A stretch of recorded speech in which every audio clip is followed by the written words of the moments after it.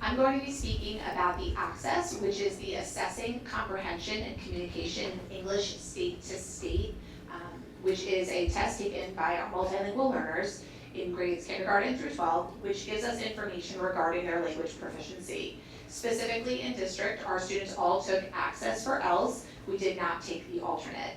When looking at the assessment, it's broken down into 4 domains: speaking, listening, reading, and writing. And we're looking for a composite score of a 4.5 or greater to exit the program. Our groups are clustered by K, 1, 2, 3, 4, 5, 6, 8, and 9 through 12. And I did want to just bring attention to the fact that students in grades 4 through 12 take the entire assessment online, whereas students in grades K through 3 actually still take it written by hand in a test booklet. I wanted to provide some sample questions so that you could see specifically what the ACCESS test looks like for our students. And as you can see, this is a sample writing question where students are asked to look at pictures, interpret a graph, and then be able to write a step-by-step explanation, including details. So when we look at some of these sample questions, I really want you to recognize that some of these students are coming within the year, or have only been here for a year or 2, and are really expected to not only have language, but have academic content language as well. And this is a sample of a middle school question where students are expected to, again, look at a chart, then look at a reading passage, and then be able to interpret. So these are just some sample questions so that you can really see the rigor of the assessment. And even, for example, this is a reading question, but I want to note specifically that there's mathematical language involved in this reading question. So when we are talking about what's necessary to really support our multilingual learners within district, it's not just language that's going to help them outside having conversation, but the academic language that involves, specifically in this reading passage, we're even looking at mathematical statements. The speaking sample specifically requires students to, again, involve academic context. So we're talking about not just conversational skills, but being able to incorporate vocabulary that's used in all of our content classes. So I wanted to take a look at our testing population this year. We had 64 ML students that participated in testing. So all 64 did participate, so we had a 100% assessment rate, including 1 student who is out of district. So we sent one of our teachers who is trained in the administration of the ACCESS to be able to go to the out-of-district placement to test the student. Specifically, I wanted to talk about the 26.6 new students to district, right, the percentage of students that are new. These students came within the year. Many are newcomers, so they're coming with not necessarily the experience or the formal education that many students come from within different states. So here are our numbers. Looking specifically from year of kindergarten to 5th grade, these are all the students in 2023 that took the assessment and then took it again in 2024.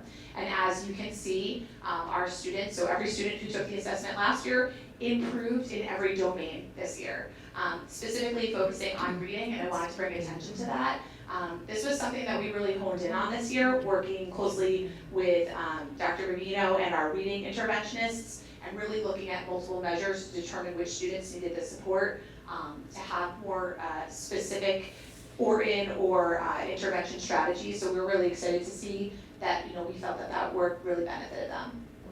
And the same goes for our 6 through 12. As you can see, our students who took the assessment in 2023 and then took it again this year increased in every single domain as well. And again, looking at that reading piece, we really focused in specifically looking at our iReady and our interventions and using our different types of literacy labs and having our teachers hone in on specific targeted skills that we felt were necessary for improvement of not just necessarily language, but also understanding the targeted skills of the content standards.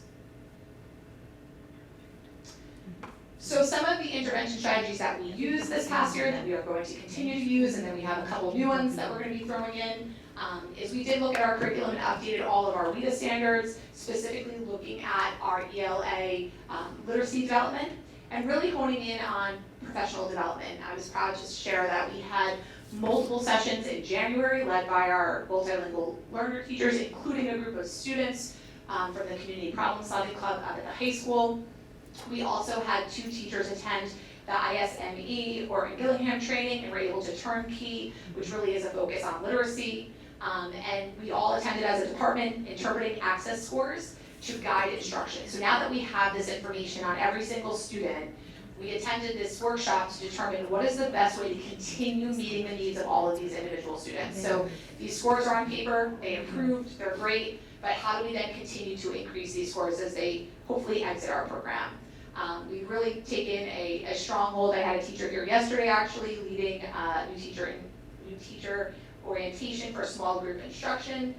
We are going to be continuing the push-in model, so for students who scored a 3.7 or greater, we'll have them continue in the classrooms with our multilingual leader teachers pushing in, as well as our students who are newcomers or need more support will have the option also for small group instruction with our multilingual teachers, as well as remaining in the classroom for push-in.